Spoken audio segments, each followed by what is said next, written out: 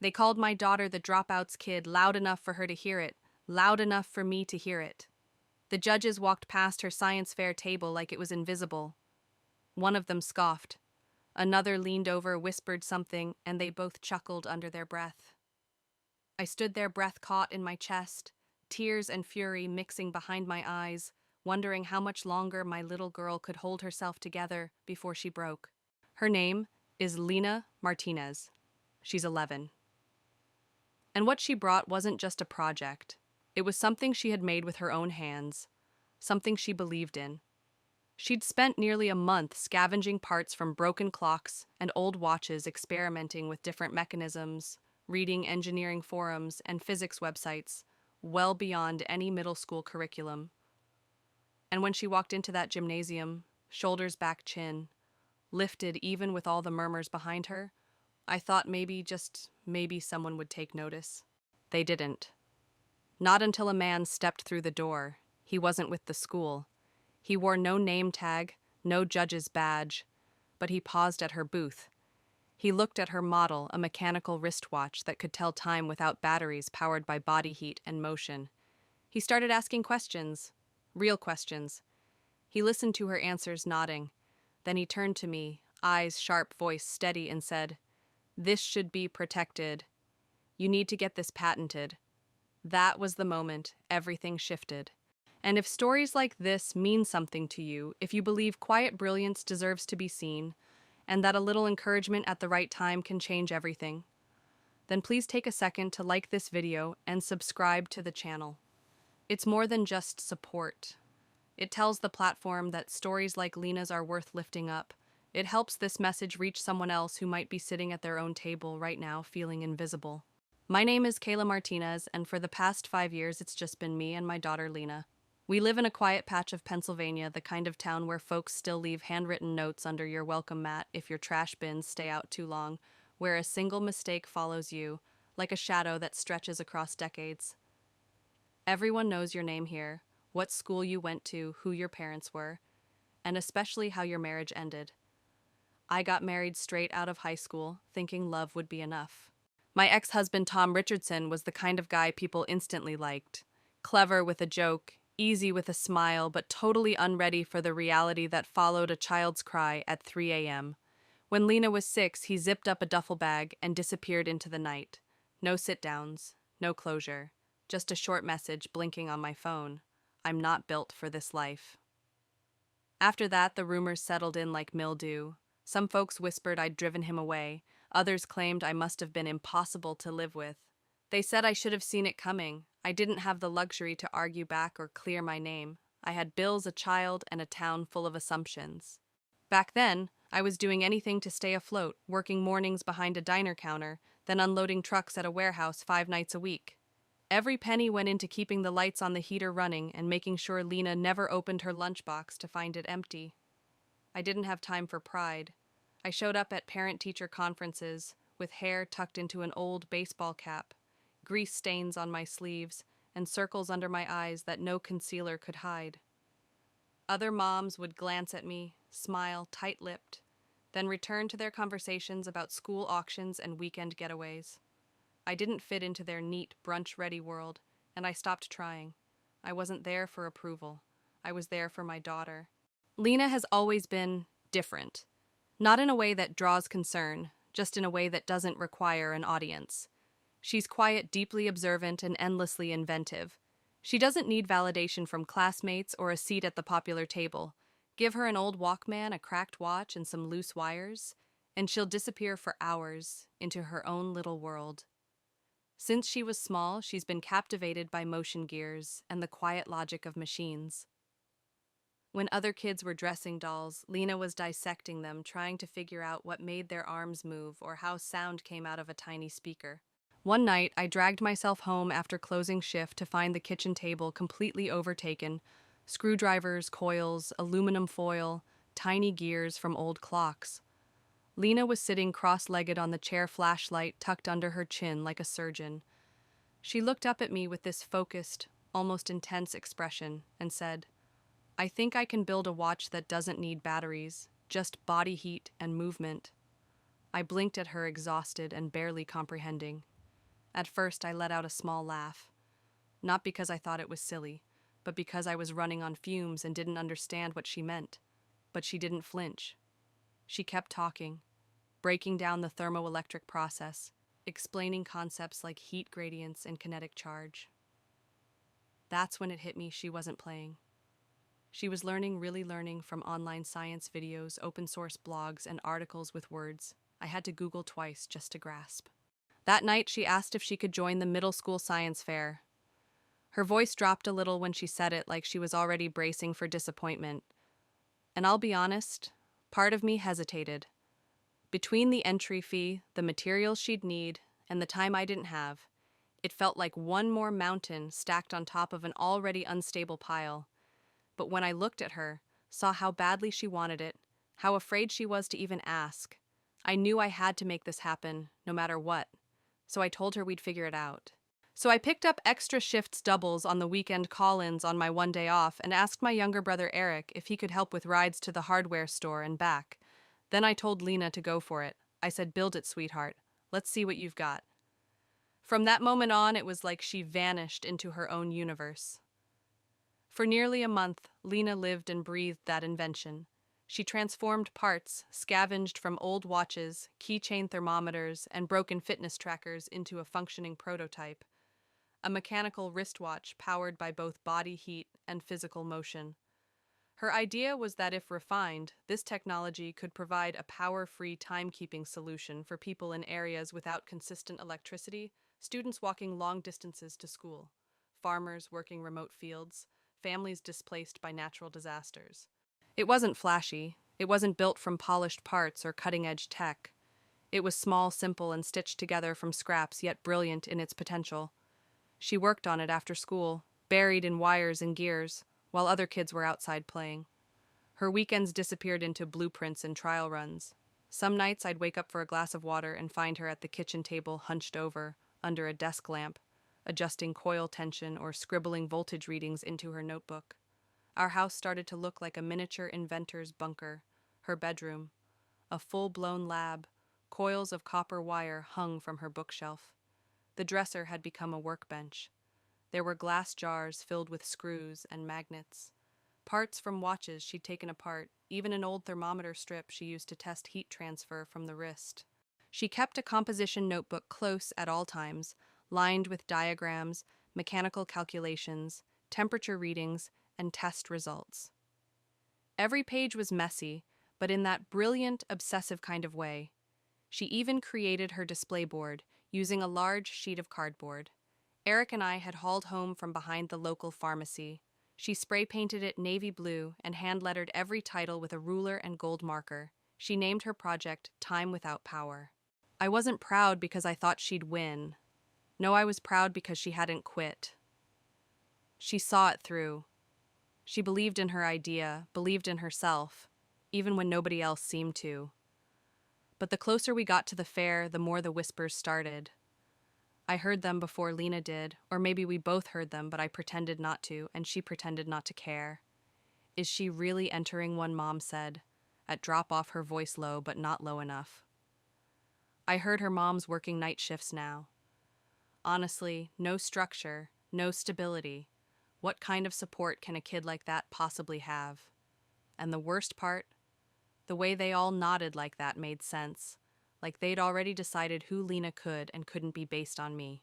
I didn't say anything, just smiled tight and practiced and kept showing up with coffee on my breath and hope in my chest. Lena didn't slow down. If it bothered her, she didn't show it, not to me at least. She just kept tinkering, adjusting, refining. The night before the fair, she wrapped her prototype in bubble wrap, labeled every part of her display with care, and ironed her big cousin's old button-down shirt to wear over her jeans like a makeshift lab coat. It was too big, the sleeves cuffed, but she wore it with the kind of seriousness I've only ever seen in scientists on TV. The next morning, she stood in the doorway with her project cradled in her arms and that overgrown shirt tucked into her waistband, trying so hard to project confidence like she belonged there. And I saw it plain as day, that courage in her eyes. It wasn't about being noticed. It was about being respected. She didn't just want a ribbon, she wanted someone to see what she'd built. And as we loaded the car, I found myself praying not for a win, not for praise, but just for one person. Anyone to look past her last name, past my tired uniform and the rumors, and really truly see her. The morning of the science fair didn't feel like just another school day. It felt monumental, like something that would ripple forward in time. Whether anyone else noticed or not, Lena was already dressed before I even finished pouring my first cup of coffee. Her shirt tucked in sleeves rolled once, eyes sharp with nerves and hope. She had packed everything the night before into 2 cardboard boxes we'd reinforced with duct tape and Sharpie labels. Each side read, "Handle with care, science in progress," written in her impossibly neat print like labeling it clearly might protect it from judgment. She'd even made a checklist on a yellow sticky note that she stuck to the inside of the lid: prototype check, thermoelectric patch check, backup coil system, check notebook, extra batteries for display light, hand-drawn wiring diagram, check, check, check. She was ready. Not just in the logistical sense, but in the quiet, deliberate way someone prepares themselves to be misunderstood and still shows up anyway. We loaded everything into my old Corolla Me, carrying the poster board, her clutching the box like it held a heartbeat. The car ride was nearly silent. Not the cold kind of quiet, but the kind that buzzes with what's unsaid. Lena was focused, double-checking her notes in her lap. I was trying to keep the tears from pooling behind my eyes. I didn't want her to see how scared I was for her, for what it meant if no one saw what she'd built. When we pulled into the school parking lot, it felt like arriving late to a professional conference. Groups of kids in matching team shirts surrounded massive trifold displays with shiny laminate graphics, motion sensors, flashing lights. One family was unloading a project with a rotating globe and a working solar tracker. Another had what looked like a scaled-down wind turbine spinning in the morning air. Parents were carrying toolboxes, coolers, thermoses, military-level prep. Lena looked down at her worn sneakers and the cardboard edges poking out of the tape on her project box, then glanced toward the window like she was deciding whether to keep going or melt into the seat. I reached over, squeezed her hand gently. "You okay?" I asked. She nodded, but her voice was soft. "Yeah, I mean, it's not about how it looks, right?" "Right," I answered, trying to sound sure. But we both knew appearances did matter. In rooms like this, polish was power, and we had neither. Inside, the gym had been transformed into a bright maze of science rows of tables, created little corridors, each one packed with enthusiasm and competition. Kids were bouncing with energy, parents hovered like assistant coaches, fixing labels and offering last-minute strategy. The air smelled like printer ink and coffee and tension. The judges were already circulating clipboards tucked into their elbows, scanning displays, jotting notes. We finally found Lena's assigned table. It was in the far back corner near the emergency exit.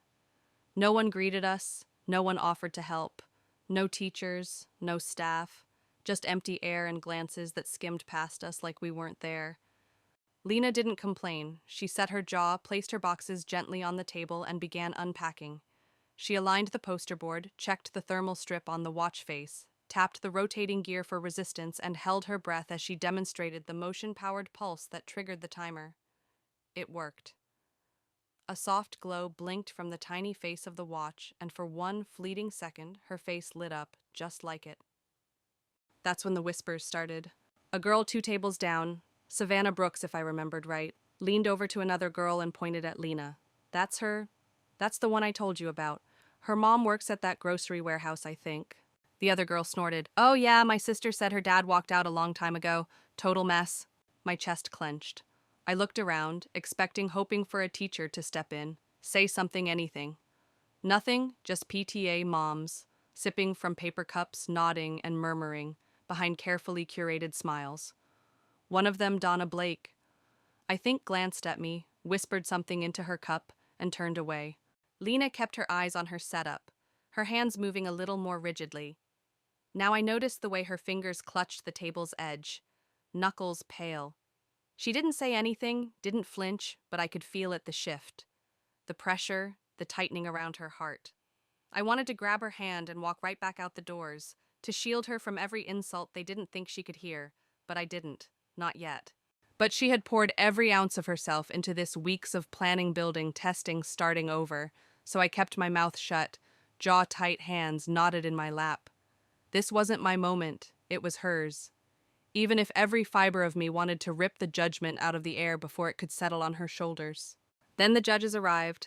There were 3 of them, 2 men and 1 woman, walking in a tight, self-assured cluster, chuckling at some inside joke clipboards pressed to their chests like armor.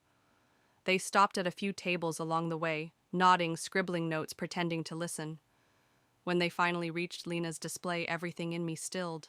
The first man, Mr. Steve Harmon, I later learned, barely glanced up. His eyes stayed glued to his clipboard pen, tapping idly, as if he was just checking a box by breathing near her project.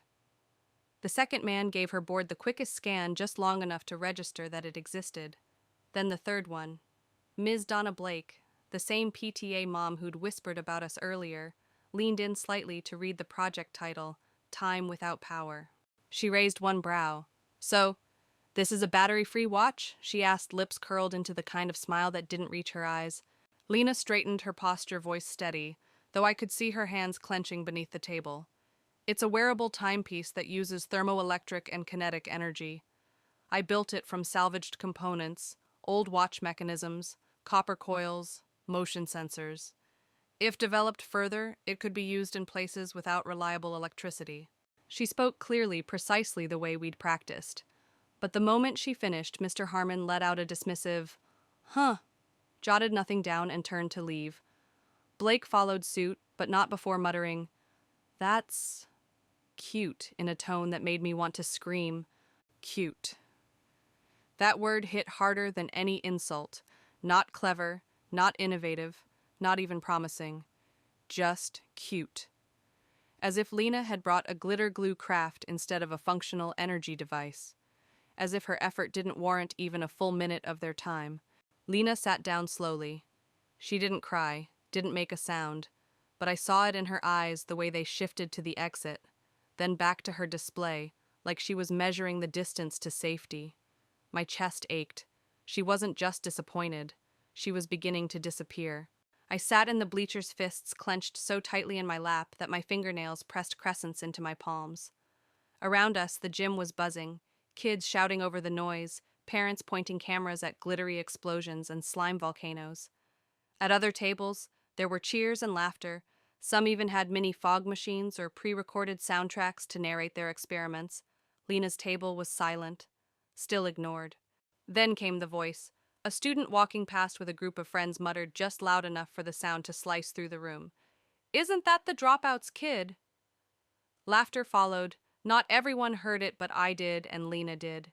Her eyes didn't flinch. Her mouth didn't move, but I saw her spine dip, her shoulders slope inward, that brilliant little fire in her flickering, now dimming. And it took everything in me not to stand up and roar.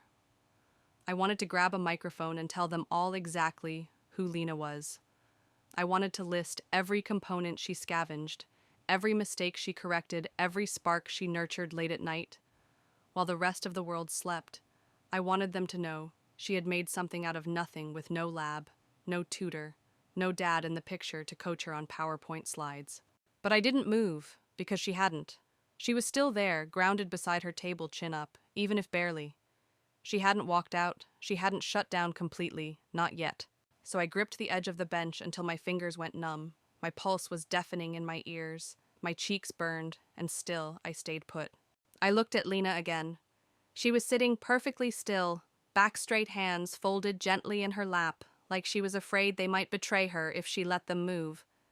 But I saw the unraveling in her posture, the way her shoulders sagged ever so slightly, like each whisper tugged at a thread she was trying to keep knotted tight. She didn't deserve this, not after everything. Not after all those nights I came home to the smell of solder and metal while she sat under a desk lamp testing voltmeters and rewiring motion coils. Not after every diagram she redrew until the lines stopped smudging every wire she soldered until her fingers ached. She wasn't just trying to win a ribbon, she was fighting to be taken seriously for someone, anyone to acknowledge that what she'd built mattered. Not after all the nights she spent teaching herself things no one had ever explained to her. Not after learning to read circuit diagrams off internet forums, converting Fahrenheit to Celsius in her head, or wiring copper coils from salvaged motors with her fingertips wrapped in electrical tape. She wasn't just trying to win a school ribbon, she was trying to be heard, trying to make her voice matter in a room that had already chosen not to listen. I stood up, my body moved before I could stop it. I started walking toward her table, fists still trembling slightly from restraint. I didn't know what I was going to say when I got there. Only that part of me wanted to scoop up her project, take her hand, and walk out of that gym. Like we didn't owe any of them a damn thing, I wanted to say. Let them keep their clipboards. Let them cling to their narrow definitions of excellence. You're too good for this, Lena. You're already more than enough. But then I saw her. She was no longer alone. A boy, Tyler Jennings, one of the kids from a few tables down, had wandered over, and Lena was showing him her watch. Calmly, methodically, her voice was soft but steady. She was pointing to the side casing, explaining how the motion module triggered a gear system that wound a spring, how the heat from her wrist activated the thermoelectric strip stabilizing the output. Her fingers moved smoothly across the components, lifting pieces gently to reveal what was happening inside. And that's when it hit me like a freight train. I didn't need to step in. She wasn't asking for rescue. She wasn't waiting to be shielded from this moment. What she needed, what she had always needed, was for me to believe in her openly without apology. To remind her silently if needed that her value had nothing to do with the ribbon count or the adults in blazers who couldn't see past a taped-up box and second-hand wiring. So instead of pulling her away, I crouched beside her table. I placed a hand on her knee just enough to get her attention and whispered, "I'm proud of you, baby. I don't care if they give you an award or not. What you've done here, it matters. Don't forget that." Lena turned, eyes wide, blinking fast like she was holding something back. Her mouth opened slightly, searching for a response, but none came. Just a single sharp nod. Then she turned back to her project and kept going. Like those few words had helped her find her footing again. I backed away slowly and returned to my seat in the bleachers this time. Not with clenched fists, but with a full heart and a quiet steadiness that matched hers. For the next 10 minutes, Lena remained at her station while the gym began to dissolve into afterglow. Kids were dismantling posters, stacking boxes, slipping jackets on over their t-shirts. The judges gathered in a cluster at the front, tallying points, whispering over clipboards, drawing stars next to names that didn't belong to her. Not a single one of them returned to her table, but she didn't move. She didn't pack up. She didn't retreat. She stood tall still, like her presence alone was a declaration. She hadn't won their attention, but she wasn't giving up her space either. And that's when he walked in. I barely noticed him at first. He didn't wear a badge or a lanyard, no clipboard, no school logo. He looked quietly out of place, early 60s, maybe clean-shaven with silver hair neatly combed back, dressed in a navy blazer, and soft-soled shoes that made almost no sound on the polished gym floor. You don't wear a jacket like that to a middle school unless you're either lost or looking for something. He moved slowly through the rows, stopping occasionally to glance at a few projects. At one point he paused at a table with a spinning windmill. Asked a polite question, nodded and moved on. Nothing dramatic. No entourage, just presence. Then he reached Lena. He stopped in front of her table. He didn't rush, he didn't look bored, he simply observed. Looked down at the watch resting on its velvet-covered platform, then at the project title, then at Lena. He asked her a question. I couldn't hear it from where I was, but I saw her square her shoulders, the way she always did when she was about to explain something she cared about. She began walking him through the entire process, start to finish. How she collected parts from old fitness bands and scrap electronics. How she learned about thermoelectric generation. How she combined motion coils with heat conduction testing over and over to get the timing mechanism stable. She opened her project notebook and handed it to him. He took it, flipped through the pages with slow intent, pausing here and there to study diagrams or equations. I could see his eyebrows lift, his jaw clench slightly, as if what he was seeing surprised him. Then he looked back up and asked something else. Lena nodded. Her voice stayed calm. She was in her element. Then he turned his eyes toward me. He stepped back just a little, gestured toward the project, not casually, but like someone issuing a statement, and said in a voice firm enough to cut through the low hum of post-fair chatter. This isn't just clever, this needs to be patented. Everything stopped. The judges, mid-conversation at the front, turned. A few parents nearby stopped packing. The noise in the gym dropped by half in an instant, like someone had pressed mute on the room. The boy who had whispered about Lena earlier, Tyler Jennings, was staring now, slack-jawed. My daughter, my quiet, extraordinary daughter, stood there, frozen, her hands still. Her breath caught somewhere in her chest, while the man in the navy blazer reached out and shook her hand like she was a peer, not a child. Then, calmly, he handed her a business card. That moment, that exact breath in time, was the shift, the turning point, the invisible border between being overlooked and finally, irrevocably seen, and Lena crossed it all on her own. The hush that followed his words was heavier than any cheer, any round of applause. It was silence packed with meaning. Then he turned back toward her display, the hand-lettered board, the salvaged coil system, the wristwatch with its pulsing glow, and said it again. This time with force, with authority, and loud enough for everyone in the gym to hear. This should be patented. Everything stopped. Even the judges, huddled near the podium with their clipboards, froze mid-sentence. Several parents turned toward us. Some kids who had already begun dismantling their displays paused with poster boards in hand. All eyes were now trained on Lena on the table. No one had glanced at all morning. One of the judges, Mr. Steve Harmon, the same man who had practically dismissed her earlier, came walking back across the gym floor this time, straight to her table. He cleared his throat awkwardly, as if rewinding the tape on his first impression, and said, "Would you mind explaining this to me again?" His voice was quieter, but tinged with something new respect. Lena looked over at me, uncertain for just a moment. I gave her one small nod. That was all she needed. She turned back to the judge and began again, patiently walking him through each part of the device. She explained how she had repurposed old thermoelectric sensors from broken wearables, wired them into a copper coil system, and harnessed both motion and body heat to activate the timing mechanism. She talked about its potential, how it could be used in rural areas where people walk long distances without reliable electricity, how keeping accurate time could mean managing crops medication, even school schedules. Then she pulled out her battered notebook and laid it open on the table. Page after page of numbers, voltage readings, failed attempts, revised schematics, and refined designs.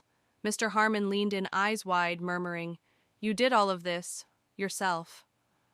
Lena gave a small nod. Mostly, she said, "My mom helped me find some of the parts, but the building, the wiring, the calculations, that was all me." Then, as if the spell had been broken, Ms. Donna Blake, the one who'd called it cute, walked over next. But this time, she didn't scoff. She examined the watch closely, asked about materials, jotted things down. She even smiled once briefly, and it wasn't the condescending kind. Other parents began circling. Voices rose around the table. Questions, curiosity, awe. "How long does the charge last?" "You really built that from scrap. Where did you learn this stuff?"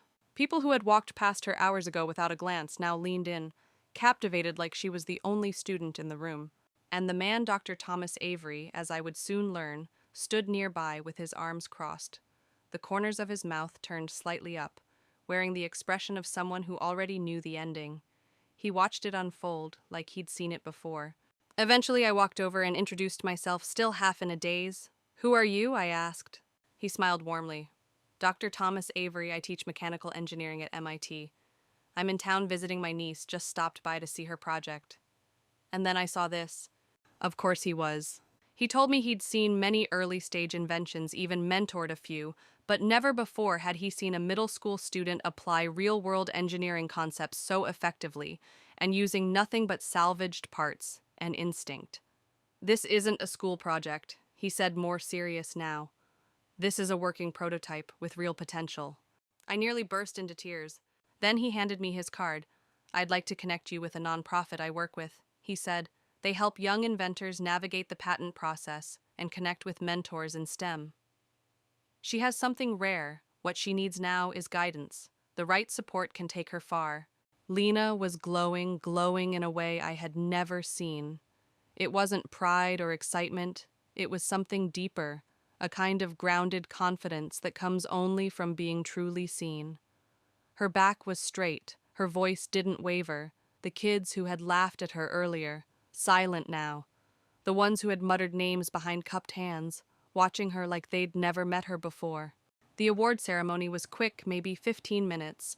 They gave her a special recognition and innovation ribbon, something they likely created on the spot. She didn't win first or second or anything traditional, but it didn't matter. Not to her, and certainly not to me. As the gym emptied, a teacher walked by and patted Lena gently on the shoulder. "I didn't know you had this in you," she said. I wanted to scream, "She's always had it, you just weren't looking." Back home that night, Lena taped the ribbon to the fridge like it was any other paper, calmly, quietly. Then she went to her room, took the prototype apart, and began sketching improvements. She wasn't celebrating. She was already planning what came next. And me, I sat at the kitchen table with Dr. Avery's card in my hand, thinking about how close we had come to missing everything. If I had pulled her out early, if she had lost hope even a little sooner, if he hadn't walked in when he did, we would have left with nothing but silence and heartbreak. That moment could have disappeared like it never existed. But she didn't fold. She stood her ground. And when someone finally looked, really looked, they saw what I had always known. My daughter wasn't some charity case with a sob story. She wasn't the dropout's kid. She wasn't the overlooked girl from a broken home. She was an inventor, a thinker, a builder. She was a genius just waiting to be noticed. After the science fair, Dr. Avery didn't just disappear into the crowd like so many others had. He followed through exactly like he promised. Within a week, he'd connected us with a national nonprofit that supports young inventors, kids with talent, drive, and raw potential who just need a way into the system. They specialized in guiding families through the early patent process, even helping with legal logistics and technical mentoring. A few weeks later, Lena and I sat together at our kitchen table, the glow of her laptop lighting the room as we joined a video call with a team of engineers, patent lawyers, and mentors from across the country. I was nervous, fidgeting with my coffee mug like I didn't belong there, but they didn't look at Lena like a novelty. They didn't talk down to her. They treated her like a peer because she was one of them. They walked her step by step through how to file a provisional patent for her time without power design. She asked about thermoelectric efficiency standards, questioned the legal limits of material reuse, even brought up lithium-free battery alternatives. I just sat there stunned, half in awe and half in disbelief, listening to my 11-year-old talk like she was prepping for a grad school thesis defense. As part of the program, they matched her with a mentor, Amira Johnson, a software engineer based out of Chicago, who had grown up in a tiny Midwest farming town, not all that different from ours. Amira told Lena something I'll never forget. "You're not a fluke. You're not an exception. There are more kids like you. You just got brave at the right time." That line lodged in my chest. Because it was true, Lena hadn't waited for someone to invite her in. She didn't wait to be told she was smart enough or old enough or qualified enough. She just started, with broken gadgets, salvaged parts, and a relentless kind of focus most adults struggle to summon. She chased the questions that lit her up inside and built answers with her own hands. Now she's enrolled in a Junior Innovators program that meets every Saturday. While other kids her age sleep in, scroll through their phones, or watch cartoons in bed, Lena's at the library with a borrowed laptop working on version 2 of her design, aiming to boost voltage output using fewer steps and lighter components. She's also researching how to adapt the device for deployment in refugee camps or emergency zones, where power is scarce and timekeeping is critical. She's no longer thinking just about the science fair. She's thinking globally, about people, about impact, about scale. And back at school, everything's changed. The same teachers who once barely remembered her name now ask if she'll guest speak in lower grade classrooms during STEM week. The kids who once whispered about her being that dropout's kid now fall silent when she walks by. Even Savannah Brooks, the girl who smirked from across the aisle, hasn't said a word since the local newspaper ran a front-page story on Lena's invention. And Lena. She didn't brag. She didn't start dressing differently or hanging out with the popular kids. She just nodded, thanked the journalist politely, and went right back to work. And me, I've changed too. For so long I carried this quiet, gnawing guilt over the divorce, over the missed birthdays and the undercooked dinners, over never being able to give Lena the kind of picture-perfect childhood other families took for granted. I always felt like I was scrambling 2 steps behind, trying to patch holes in our life before they tore wide open. But that day at the fair rewrote something in me. I realized I don't need to fight every battle for her. I don't need to shield her from every harsh word or every sideways glance. My job, my privilege is to show up, to believe in her even when the world doesn't, to be a witness to her strength, to let her rise. Even when it hurts, especially when it hurts, because the truth is, people will try to name your child after you. Your past, your wounds, your circumstances. They'll reduce your family to a label, a whisper, a stereotype. They'll define your daughter by the version of your story that they've invented. Let them talk. And then teach your child to speak with their work. That's exactly what Lena did. And I'll never stop being humbled by her for it. So if you're reading this and you've got a kid who's different, the quiet one, the loner, the mess maker, the one always lost in thought, don't panic. Don't try to force them into the mold. Watch for the spark. Listen to what they can't stop thinking about. That's where the magic is. Invest in that, believe in that. Because someday someone unexpected is going to walk into their life, look at what they've built, and say, this has value. This needs to be patented. And on that day, you'll be so deeply, fiercely proud that you never let the world convince them they didn't matter. You gave them space to show the world who they were. If this story touched you, if you've ever felt dismissed, overlooked, or underestimated, I hope you'll share it. Like it, pass it to a parent who needs to hear that their kid's quirks are worth protecting, or to a teacher who might think twice before ignoring the quiet one in the back row. And if you've got a story of your own of proving someone wrong, or being lifted up by someone who saw something in you, drop it in the comments. I read every single one. Thanks for being here.